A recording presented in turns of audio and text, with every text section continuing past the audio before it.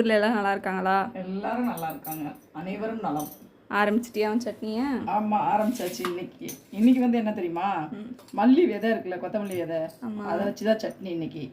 அதுக்கு வந்து மல்லி விதை 1.5 ஸ்பூனு, 1 ஸ்பூன் உளுத்தம்பருப்பு, ஒரு கட்டி பூண்டு எடுத்து உரித்து வச்சுருக்கேன், ஒரு அரை மூடி அளவுக்கு தேங்காய் எடுத்துகிட்டு இந்த மாதிரி சின்ன சின்னதாக நறுக்கி வச்சுருக்கேன். நீங்கள் வேணால் துருவி கூட போட்டுக்கலாம். புளி கொஞ்சம், ஒரு 4 பச்சை மிளகாய், கருவேப்பிலை, வரமிளகாய் 4, இஞ்சி ஒரு துண்டு, கொத்தமல்லி, புதினா, இதெல்லாம் வச்சு தான் இன்றைக்கி சட்னி அரைக்க போகிறேன். இது அடுப்பு ஆன் பண்ணிவிட்டு வானல் சுட்ட உடனே ஒரு 4 ஸ்பூன் அளவுக்கு எண்ணெய் ஊற்றி விட்டுருங்க. எண்ணெய் ஊற்றி வச்சுருக்கோம் பார்த்தீங்களா, உளுந்து, வெள்ளை உளுந்து, அது போட்டுக்கலாம். இப்போ நான் என்கிட்ட வெள்ளை உளுந்து இருக்குது, அதனால் போட்டுக்கிறேன். நீங்கள் கருப்பு உளுந்து இருந்தால் போட்டுக்கலாம். போட்டு நல்லா இதை வந்து கொஞ்ச நேரம் கலர் மாறுற வரைக்கும் இதை வறுத்து விட்டுருங்க லைட்டாக.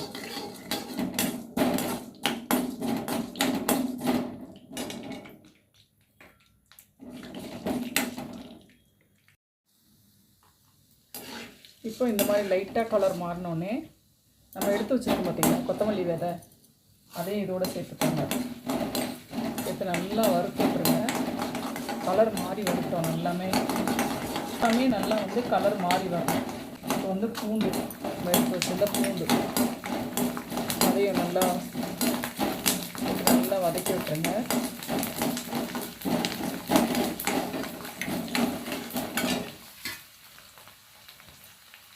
இஞ்சி வச்சுருந்தேன் பார்த்தீங்களா, அதையும் இதோட சின்ன சின்னதாக நறுக்கி இப்படி போட்டு விட்ருங்க.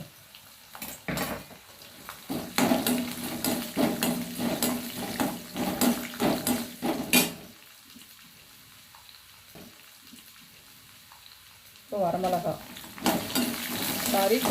பச்சை மிளகாய் அடுப்பை சிம்மில் வச்சுக்கோங்க. நல்லா வதங்கட்டும். எல்லாமே கலர் மாதிரி வரணும். எல்லாமே 4 வரமிளகாய் எடுத்து வச்சுக்கோங்க பார்த்தீங்களா, அதை போட்டுக்கோங்க. பச்சை மிளகாய் வந்து நான் வந்து பெருசாக இருந்ததுனால உடச்சி போட்டிருக்கேன். குட்டி குட்டியாக இருந்தால் நீங்கள் அப்படியே கூட போட்டுக்கலாம், ஒன்றும் பிரச்சனை இல்லை.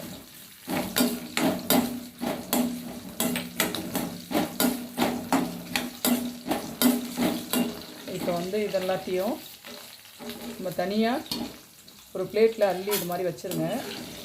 கொஞ்சம் எண்ணெயை வடிச்சிட்டு இந்த மாதிரி எல்லாத்தையும் அள்ளி வச்சுருங்க. இது மாதிரி எடுத்துட்டு அந்த எண்ணெயிலே என்ன பண்ணுறீங்கன்னா, நான் வந்து ஒரு அரை மூடி அளவுக்கு தேங்காய் எடுத்துகிட்டு அரிஞ்சு வச்சுருக்கேன். நான் சொன்னேன்ல, நீங்கள் வேணும்னா துருவி கூட போட்டுக்கலாம். தேங்காயும் இது மாதிரி நல்லா இந்த எண்ணெயிலே நல்லா வறுக்கணும்.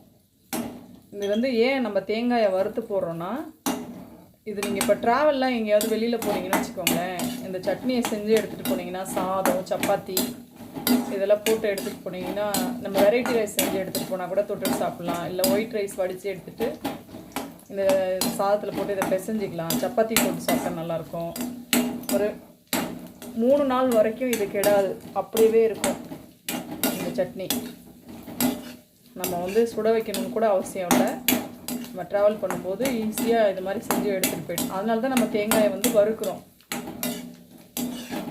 அதே மாதிரி டேஸ்ட்டாகவும் இருக்கும், உடம்புக்கும் ரொம்ப ஹெல்தி. கொத்தமல்லி விதை வந்து ரொம்ப உடம்பெல்லாம் குறைக்கிறதுக்கு ரொம்ப உதவும்னு சொல்லுவாங்க. ரொம்பவும் ஹெல்தியும் கூட உடம்புக்கு.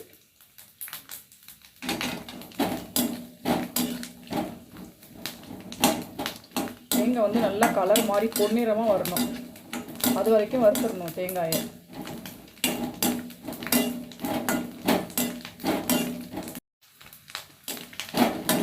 பாருங்கள், நல்லா கலர் மாதிரி வந்துச்சு. இப்போ நம்ம இதையும் அள்ளிட்டு வேறு பிளேட்டில் எடுத்து ஆற வச்சுருவோம். அதுவும் ஆறிட்டு இருக்கட்டும்.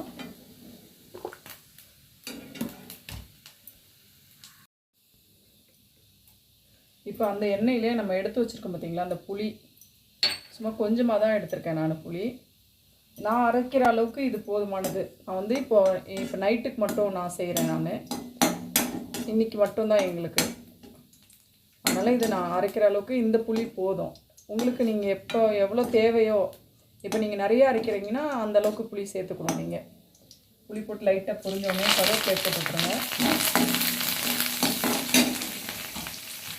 இப்போ கொஞ்சம் கொத்தமல்லி. இப்போ இந்த மாதிரி கொத்தமல்லி தழை போட்டு வதங்கினோடனே நீங்கள் வந்து புதினா இருந்தால் கூட போட்டுக்கலாம், ஒன்றும் பிரச்சனை இல்லை. எல்லாத்தையும் நல்லா எடுத்து ஆற வச்சுருங்க. ஆறட்டும். ஒரு 10 நிமிஷம் ஆறுனதுக்கப்புறம் நம்ம அரைச்சிடலாம் நல்லா. இப்போ இங்கே பாருங்கள், நம்ம வந்து ஆற வச்சது எல்லாமே நல்லா ஆறிடுச்சு. வறுத்து ஆற வச்சோம் பார்த்திங்களா, அது ஆறிடுச்சு. கொத்தமல்லி, வரமிளகாய் இதெல்லாம் வறுத்து வச்சோம்ல, அதெல்லாம் ஃபஸ்ட்டு நம்ம அரைச்சிக்கலாம். தேவையான அளவு உப்பு. இப்போ வந்து நம்ம இதை முதல்ல தண்ணி ஊற்றாமல் ட்ரையாக அரைக்க போகிறோம். இப்போ இந்த மாதிரி கொஞ்சம் குறைன்னு அரைச்சிட்டு அதுக்கப்புறம் தேங்காவை நம்ம வறுத்து வச்சுருக்கோம் பார்த்திங்களா, அந்த தேங்காயும் இதோட ஒன்றா சேர்த்துக்குவோம்.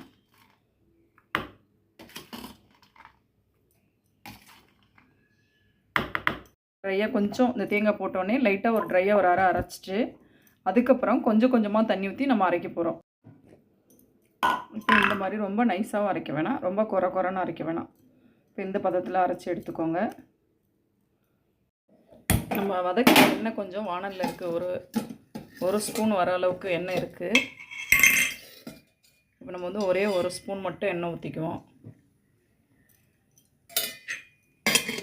எண்ணெய் சுட்டோடனே கொஞ்சமாக கடுகு, ஒரு அரை ஸ்பூன் அளவுக்கு கடுகு போட்டு, இப்போ கடுகு பொரிஞ்சோடனே பெருங்காயத்தூள் கொஞ்சமாக போட்டிங்கன்னா போதும். சிம்மில் வச்சுருங்க, அடுப்பை சிம்மில் வச்சுட்டு இப்போ நம்ம அரைச்சி சட்னி எடுத்து இதில் வச்சு விட்டுடலாம். நல்லா சட்னியும் தண்ணி ஊற்ற தேவையில்லை, இதில் இருக்கிற தண்ணியே நல்லா சுருண்டு வரணும். அதனால் இனிமேல் தண்ணி ஊற்றாதீங்க, கையாலையாவது எடுத்து போட்டு நல்லா சுருளை வதக்கி விட்டுருங்க. இப்போ இந்த மாதிரி நல்லா அந்த எண்ணெய் பிரிஞ்சு வரணுங்க. நம்ம ஊற்றின எண்ணெய் வந்து சும்மா 2 ஸ்பூன் தான் ஊற்றிருக்கோம். ஆனால் நம்ம இது எல்லாத்தையும் வறுத்து வந்து எண்ணெயில் தானே வறுத்துருக்கோம். அதனால் நல்லா வந்து கொஞ்சம் நேரம் இந்த மாதிரி நல்லா கிளறி விட்டுட்டு ஒரு சின்னதாக ஒரு தட்டை போட்டு இப்படி கரெக்டான அளவு தட்டை போட்டு மூடி வச்சுட்டு சிம்மில் வச்சிட்டிங்கன்னா 10 நிமிஷம் கழிச்சு இதில் வந்து லைட்டாக எண்ணெய் வந்து வந்து பாருங்கள், தெரியுதுங்களா, சைடில் எண்ணெய் வருது பாருங்கள், பிரிஞ்சு வருது பாருங்கள். நம்ம ஊற்றின எண்ணெய் நல்லா அப்படி கலரி விட்டு அடி பிடிக்க விட்டுறாதீங்க. கொஞ்சம் எண்ணெய் நிறையவே ஊற்றிக்கிங்க, தேவைப்பட்டால் அதிகமாக எண்ணெய் ஊற்றிக்கலாம், ஒன்றும் பிரச்சனை இல்லை. இதை வந்து இப்போ ஒரு டப்பாவில் எடுத்து வச்சுக்கிட்டிங்கன்னா ஒரு வாரத்துக்கு கரெக்டாக 3 நாள் ஃப்ரிட்ஜில் வச்சிங்கன்னா 1 மாதம் கூட வரும். கொஞ்சம் புளி எக்ஸ்ட்ரா வச்சிங்கன்னா 1 வாரத்துக்கு வரும். இப்போ நம்ம செஞ்ச இந்த இது வந்து 3 நாள் வீணாகவே ஆகாது, அப்படியே இருக்கும். அடுப்பு ஆஃப் பண்ணிட்டு ஒரு டப்பாவில் எடுத்து வச்சுக்க வேண்டியதாங்க. செம்மையாக இருக்கும், நீங்களும் செஞ்சு பாருங்கள்.